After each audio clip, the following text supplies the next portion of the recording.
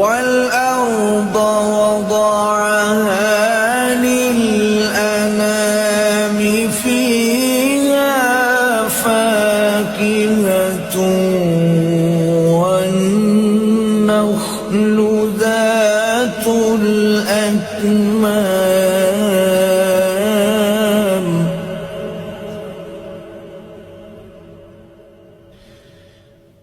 وَالْحَبُّ ذُو الْعَصْفِ